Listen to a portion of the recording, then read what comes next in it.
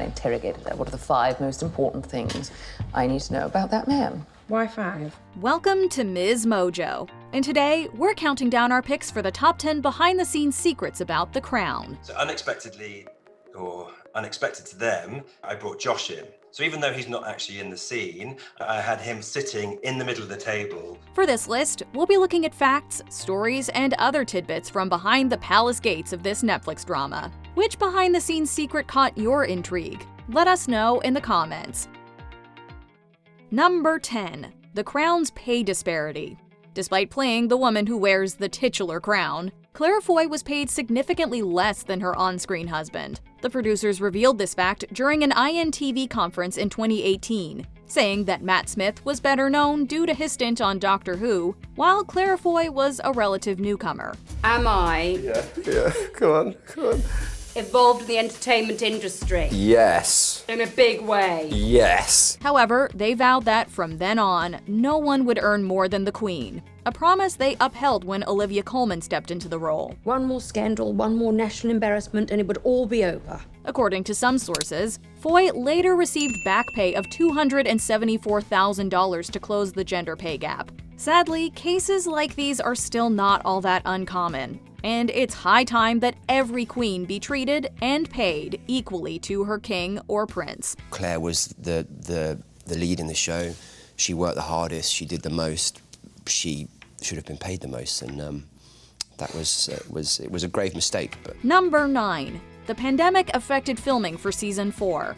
Toward the end of Season 4's filming schedule, the pandemic took hold of the world and brought it to an abrupt halt. According to the show's creator, Peter Morgan, there were still roughly 2 weeks of filming to go, but with lengthy global lockdowns, they decided to restructure the episodes to cover up for the missing material. I was actually really grateful for the creative focus of, okay, how else can we tell this story with what we've got? Seemingly, it was the avalanche scene from the penultimate episode that was impacted the most. They planned on shooting the titular event, but with borders closing worldwide, they had to resort to Plan B. We would shoot during the day and then take the overnight train to Scotland, look at shooting there, but in the end, everything shut down and we realised it just wasn't going to happen. Instead, the focus shifted to the tragedy's aftermath and its impact on the House of Wales's marriage. Did you notice any gaps in the story? People are hungry to see new material and hopefully they'll love it when they see it.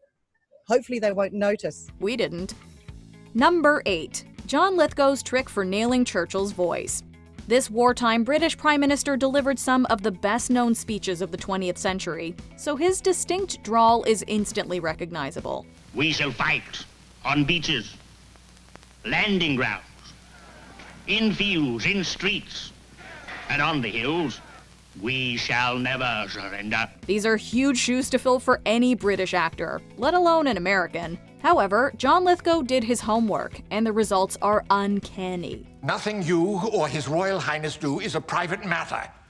And the father of the future King of England risking his life needlessly is quite unacceptable. The actor noticed how Churchill tended to speak from the back of his mouth, so he initially tried to replicate this trait by stuffing his cheeks with balls of apples. Stuck them in, and we did read a scene, and I thought it was extremely effective.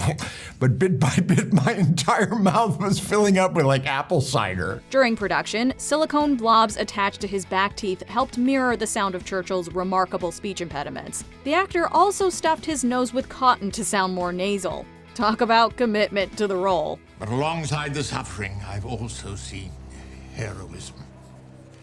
And where there is heroism, there will always be hope. Number 7. The historical details in Charles's investiture episode. Although The Crown famously indulges in creative liberties, many of its storylines are rooted in history. For example, in Season 3, we see Prince Charles tutored by Welsh National Republican Dr. Edward Millward ahead of his investiture as the Prince of Wales. I don't think of myself as against things. I'm for things. For my country, my culture, and my language, most of all. Apparently, the showrunners had access to Dr. Millward's notes from the time he spent with the prince. Also, Mark Lewis-Jones, who plays the teacher, even wore some of his real-life counterparts' ties. We learn through imitation. Like anything in life, if we pretend we're something long enough, You may just become it. Additionally, the scene depicting Prince Charles's big ceremony was reportedly filmed in the exact location where the actual event took place. Showrunners were even able to confer with several individuals involved in the 1969 ceremony. So immensely worthwhile, and for giving me such encouragement in the learning of the language. The reception to the ceremony and Prince Charles's speech was rapturous. Much like the king today, this attention to detail rules. Number 6. Emma Corrin's unscripted musical performance.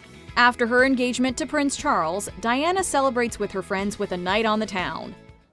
And?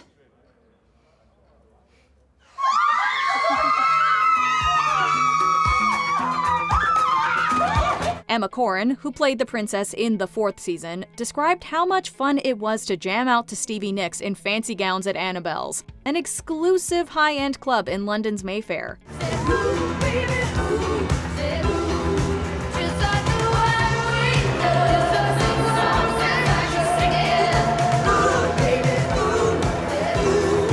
The actor revealed that toward the end, director and executive producer Ben Caron instructed the group to act drunk, an idea that terrified Corrin because, quote, "it can go so wrong so easily." So they started singing the British national anthem, and the director loved it so much that he decided to keep it in.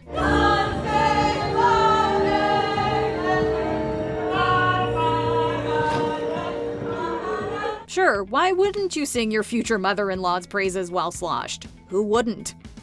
Number 5. Helena Bonham Carter asked for Princess Margaret's approval.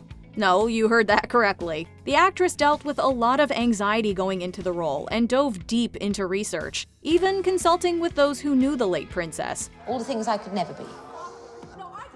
Instinctive, spontaneous, dazzling. The actress also needed convincing to take on the part, and who better to turn to than Princess Margaret herself? Carter shared that during a session with a medium, the late royal spirit just happened to drop by. He said, "Oh, Margaret is here. Does that mean anything?" And I said, "Yes, it does." And I suddenly thought, well, I've got... If I'm playing... Before you get... I'd been asked to play her.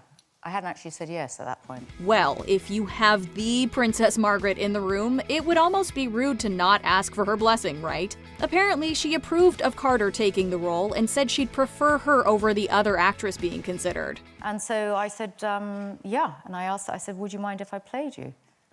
And she said, I prefer you. What she the said, answer was? No, she said, well, no, she did say, I think you're a better idea than the other actor. Supposedly, she even left Carter with some acting advice. Always remember that the cigarette holder is as much a weapon for expression as anything else. And that was a good note. Number 4. It took weeks to recreate Princess Elizabeth's wedding dress. Claire Foy's Queen Elizabeth always looked fabulous in an array of outfits that were fit for, well, a queen. That was really our thought from the start. We do it as properly as we can. Because if we didn't do it that well, we couldn't tell our other stories. The Queen's wedding dress is iconic, so as you might imagine, there was a lot of pressure to get it just right. According to costume designer Michelle Clapton, a team of 6 spent several weeks just making and embellishing the train. A lot of the dresses that I wear are replicas of things that she wore. On the wedding dress, we had teams of 6 people working for 6 weeks, just embroidering the train and the dress. Meanwhile, someone else spent 3 weeks on the bodice, and another group worked on adding the embroidery to the gown. Foy had numerous fittings since she'd recently given birth. For this reason, she wore a corset for most of the first season, which sounds uncomfortable, but apparently helped with her posture. It's not as easy as it looks. That's exactly what the king said.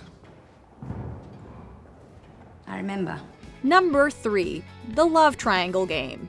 Is there anything more uncomfortable than the lunch date between Lady Diana and Camilla Shand at the aptly named Ménage à Trois restaurant? To create a tense and awkward atmosphere, the director had Prince Charles actor Josh O'Connor sit between his love triangle co-stars while they ran through the scene. Who's Fred? It's my nickname for the Prince of Wales. And he calls me Gladys. It's harmless nonsense, really. Right. Emma Corrin and Emerald Fennell were told that only one person could keep their hand on O'Connor, but to remember that Camilla was there first. So Fennell kept her hand on him the entire time as a reminder of Camilla's constant presence in Prince Charles's life. Camilla's already there. So right from the very beginning of the scene, we rehearsed it, Emerald put her hand on Josh's and kept it there throughout the entire scene. And it made it really uncomfortable for Emma. It might have made Corin feel like the third wheel, but the vibe is so spot on that the discomfort radiates through our screens. And then Highgrove? Golly, he obviously tells you everything. Well, we talk most days. Number 2. The showrunners offered counseling for Aberfan survivors. Season 3's Aberfan is one of the most heart-wrenching episodes of The Crown so far. In it, we see tragedy strike the Welsh mining village, claiming the lives of 144 people, most of whom were children. It's injustice. It's just another in a long list of injustices. There's parents grieving their children. It's also cold-hearted refusal to accept responsibility by the people who are to blame. Production attempted to approach the subject with the utmost sensitivity. However, this was understandably still an open wound for many. The team behind the show worked with the people of the village to ensure the story was told with sensitivity, as well as to bring the history to a wider, global audience. Producers invited some survivors to feature as extras in the episode, and they were later offered counseling after reliving the tragic event. Astoundingly, this was the first time in the 53 years since the Aberfan disaster that this service had reportedly ever been offered. Everyone at that meeting, on set, and at the subsequent screening of the episode held in Aberfan, were offered therapy. The team took it upon themselves to ensure more assistance was provided for survivors and family members affected that day. Before we unveil our top pick, here are a few honorable mentions. It's not filmed in Buckingham Palace. Researchers were sent on palace tours, and clearly they did homework, plus extra credit. This opens in the throne room, which is in Lancaster House, and it's a pretty good illustration of the fact that we used maybe 6 or 7 different locations for the interior of Buckingham Palace. Ibble Dibble is a real and very confusing drinking game. Aaron Doherty shared that it was as fun but bizarre as it looks. 1, 2, 3, 4, 8 dibble ibbles. 7 dibble bibble.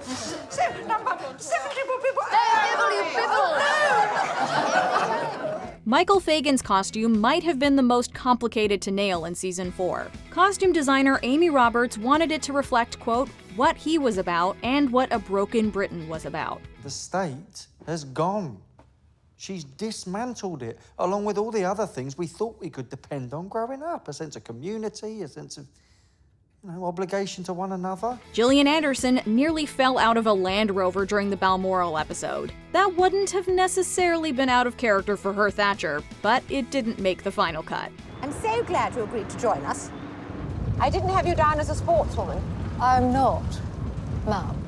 We could see a cameo from Seasons 3 and 4 royals in the last 2 seasons. It worked with Claire Foy, and Peter Morgan hasn't ruled anything out. My whole life, whether it be long or short, shall be devoted to your service. Before we continue, be sure to subscribe to our channel and ring the bell to get notified about our latest videos. You have the option to be notified for occasional videos or all of them. If you're on your phone, make sure you go into your settings and switch on notifications. Number 1. The deleted sex scene. Season 2 of The Crown has arguably been the sexiest so far. Whether it's Queen Elizabeth and Prince Philip or Princess Margaret and Anthony Armstrong Jones, things got pretty steamy in the royal boudoirs. Margaret I'd never seen before. No one's ever seen before.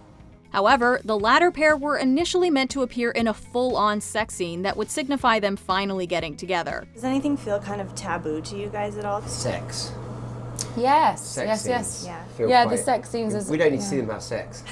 Do you know what I mean? Yeah, you learnt that, didn't you? According to Vanessa Kirby, who played Princess Margaret, there was a debate over how much royal nudity would be acceptable. While the showrunners seemingly enjoyed toying with boundaries, they decided to play it safe on this occasion. But there was one in the second season for Margaret, and we decided that actually no one wants to see royal boob, which was what we called it. Luckily, even without an explicit sex scene, Margaret and Tony's fiery passion is pretty hot. They say sex sells, but apparently a royal romp is where we draw the line.